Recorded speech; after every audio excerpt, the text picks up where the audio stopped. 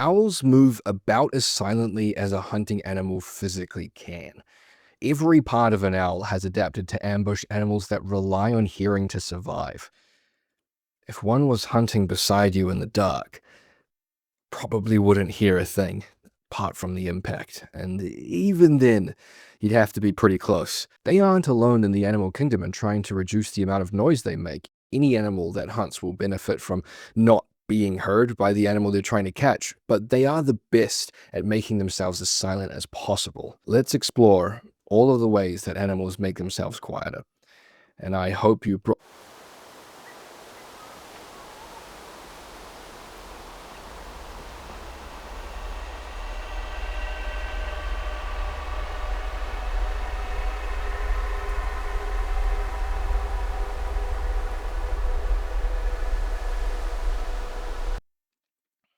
And I hope you brought a torch.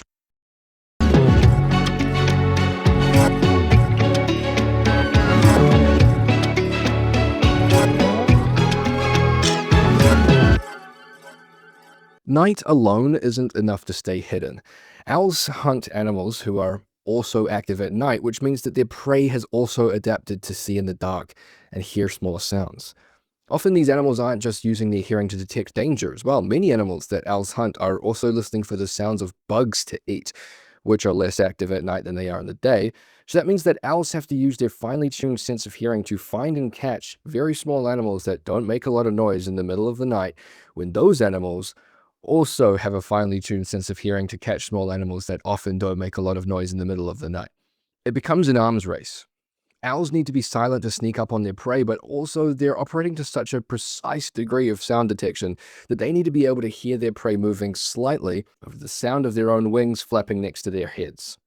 Considering all the different ways you can make noise just by existing, this is a pretty impressive feat. So how do owls mask everything that they do? Let's look at the types of noises animals can make, and we'll start with the most obvious.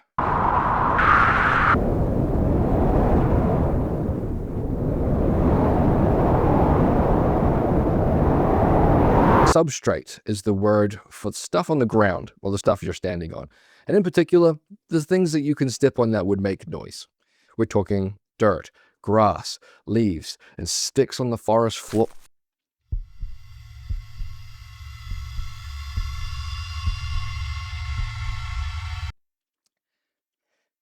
To be quiet on substrate means that an animal needs to reduce footstep or impact noise. Cats are particularly good at this. Their feet have adapted to make very little sound with each step so that they can get close to their prey before they have to sprint the final distance to catch them.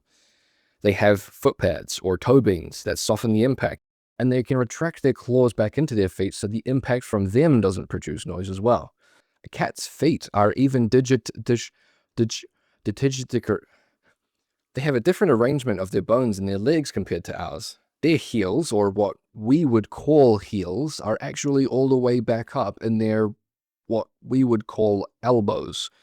Essentially, cats are always walking on their toes like an old-timey cartoon thief. These strategies work to get you closer, but they don't get you the whole way. The best way an animal can reduce the noise from its footsteps is to not make any footsteps. I mean, owls do move between branches, so they have to land. To keep this quiet, though, they slow down in the final moments of their flight, controlling their descent so the landing is gentle and therefore quieter.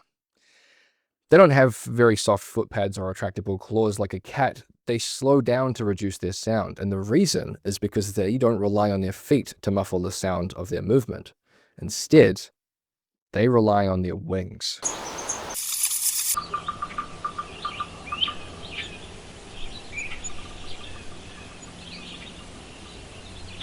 Listen to this pigeon flying. Now a falcon. Now listen to this owl flying. Pigeon, falcon, owl. There's a bit of a difference between the sounds we hear from these birds. When pigeons take off, their wings make a loud clapping noise, which can startle the predators around them. But also, you'll notice that pigeons often form flocks, and when one bird takes off, they all scatter, which creates a very confusing cloud of loud moving birds. So for pigeons, being loud can actually be a defense mechanism from predators, such as falcons. Falcons hunt other birds mid-air, and while quite a few birds, including pigeons, actually have pretty good hearing, falcons only need to be quieter than the sound of the air moving around a bird as they fly, so they don't have to be quite so precise about the sound they make. Their body is better adapted to being as fast as they can so that they aren't seen by the birds. As we know, owls often hunt animals that rely on excellent hearing to detect predators. They have reaction times that would let them dart away as soon as they hear a wing beat. So what's the easiest way that you can prevent your prey from hearing a wing beat? Don't beat your wings. Owls have huge wings, definitely bigger wings compared to their body size than most birds, which means that when they go to strike, they can glide for most of the distance and they don't have to flap as often. And when they do flap, because the surface area of their wings is bigger, they can flap their wings slower, which produces less noise. Gliding isn't a perfect solution though. Whenever something moves at all, even just a tiny vibration, it pushes molecules in the air or water around it, creating a pressure wave that we call a sound wave. If you think about them like ripples or, waves in water, these waves will project out from the object disturbing them with a certain amount of ripples per second. These sound waves travel to receivers like ears, and then the brain interprets them as sound. Now here is the big issue for any flying animal trying to remain quiet. Flight feathers need to be quite firm so that the bird can push air down to lift themselves up and push air back to move themselves forward. And this is exactly the problem if you're trying to be quiet. We know that sound is produced when an object moves through the air and makes these waves by pushing the molecules into one another, but flying is when an animal can push enough molecules in the air away from their body that their body can move through the air as an equal and opposite reaction. So, how do you push enough molecules through the air that you can fly, but still not produce this wave of molecules being pushed through the air behind you? You can't. You physically cannot stop a pressure wave in the air from being produced when your goal is to produce a pressure wave in the air. But what you can do is mess with that wave. Animals vary in what frequencies or how many waves per second they can hear.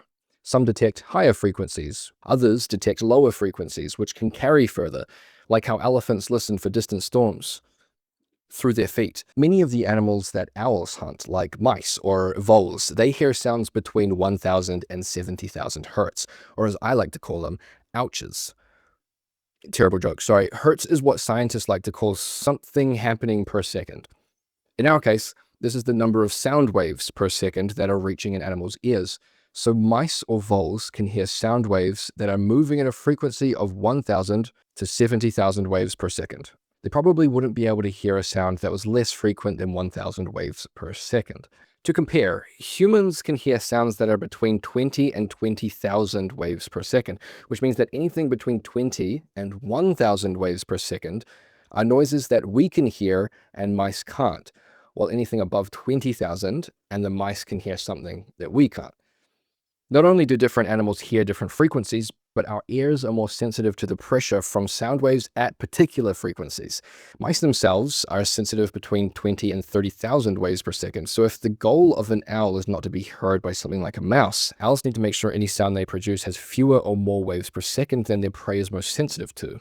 So while animals can't change whether or not they'll create a sound when they move, because they always will, they can have adaptations that change the kind of sound wave and whether or not their prey is going to be able to hear it.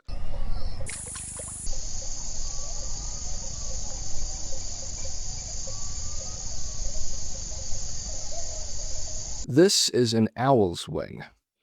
Note the primary remiges here, which are the outer flight feathers on the edge of the wing.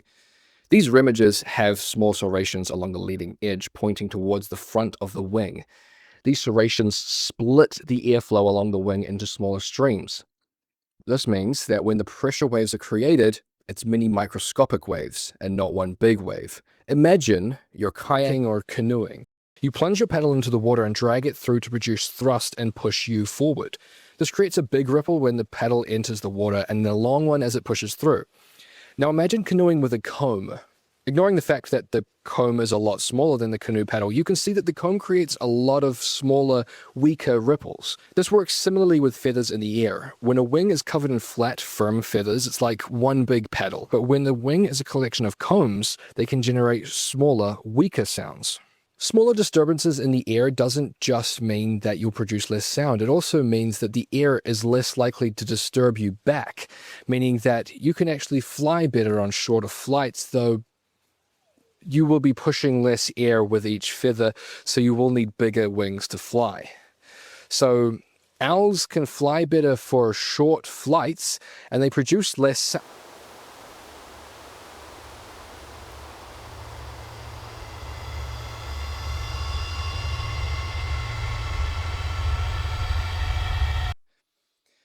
Their feathers are also fuzzy. Most birds have interlocking barbules, which are tiny hooks that connect to create a small surface across the feather. Down feathers, like those on baby birds, don't have these hooks, so they stay soft and fluffy, which is great for insulation, kind of like wool. Owl flight feathers sit somewhere in between. They still have interlocking barbules for structure, but they also have a layer of fine filaments that stick out, creating a velvet-like surface. Like the soft padding used in recording studios to absorb sound, this fuzz acts as an acoustic dampener, reducing the noise of airflow.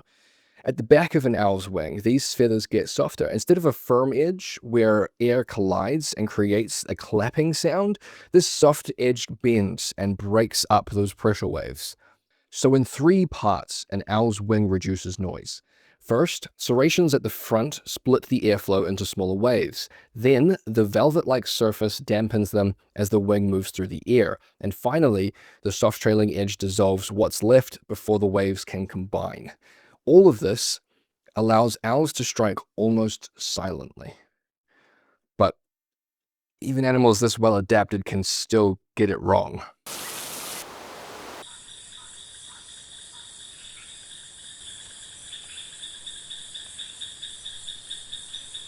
When your prey lives on the ground and you live in the trees, your best option is to stay perfectly still. Wait for your prey to come to you. Beneath you, it enters the forest. But will it be able to leave? Many hunters track prey across long distances, even ambush predators like cats. But not if you want to be completely silent. Hours can pass. You just sit there, watching and waiting. Then, and only then, do you take flight. One flight is all an owl needs, and it's all an owl normally gets. To be as silent as they can, owls rely on patience as much as they rely on their wings. They stay still for very long periods, and they use their ability to track prey from a distance. Their hearing is incredibly precise. Often, owls will have these 2 big radar dish face shapes that channel sound towards their ears. Some, like the barn owl, even have asymmetrical ears. The reason that we have 2 ears, one on each side of our head, is to be able to tell which direction a sound is coming from. So if a sound is louder in your right ear, it's probably coming from that way. Having asymmetrical ears vertically allows barn owls to pinpoint not just left and right, but above and below. Perfect for hunting animals that are on the ground. And they need to do this, because when they strike, they only get one chance. If the prey moves and they lose track of it, that hunt is over. So they also need to not lose track of these animals even after they've already begun the hunt. To help them see their prey from a distance at night, their eyes have something called a They have a reflective tissue at the back of their eyes that allows them to reflect the image they are looking at through their eyes again, effectively seeing what is in front of them twice. Perfect for when there isn't a lot of light in your environment, like at nighttime. If you've ever wondered why the eyes of cats and dogs seem to glow when a light is pointed at them, it's for the same reason. It's what we call eye shine. Also, the Stygian owl of South America is known to have red eye shine, which is fun. Owls, as well as some other animals with incredible eyesight, utilize a translucent third eyelid called the nictitating membrane that folds over their eyes as they start the attack. This membrane lets them protect and moisten their eyes without fully blinking, so they don't have to take their eyes off their prey once they've begun the hunt. All of this comes together to give owls a hunting success rate of around 40 to 60%, which is above average for most predators, even other birds of prey. And it all comes down to one thing: silence. If you can't be heard, you can't be escaped. Prey enters the forest, but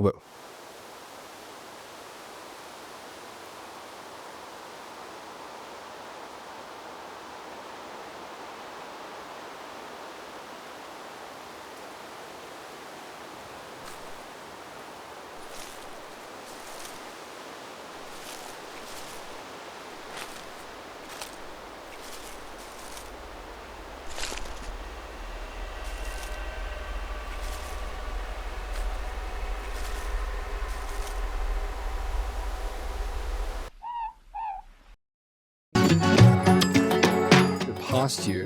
Okay, I was looking at myself and you looked down the lens. Plunge the paddle into the water and pull it back. Imagine you're kayaking or canoeing for a short distance because your feathers per feather. What am I talking about?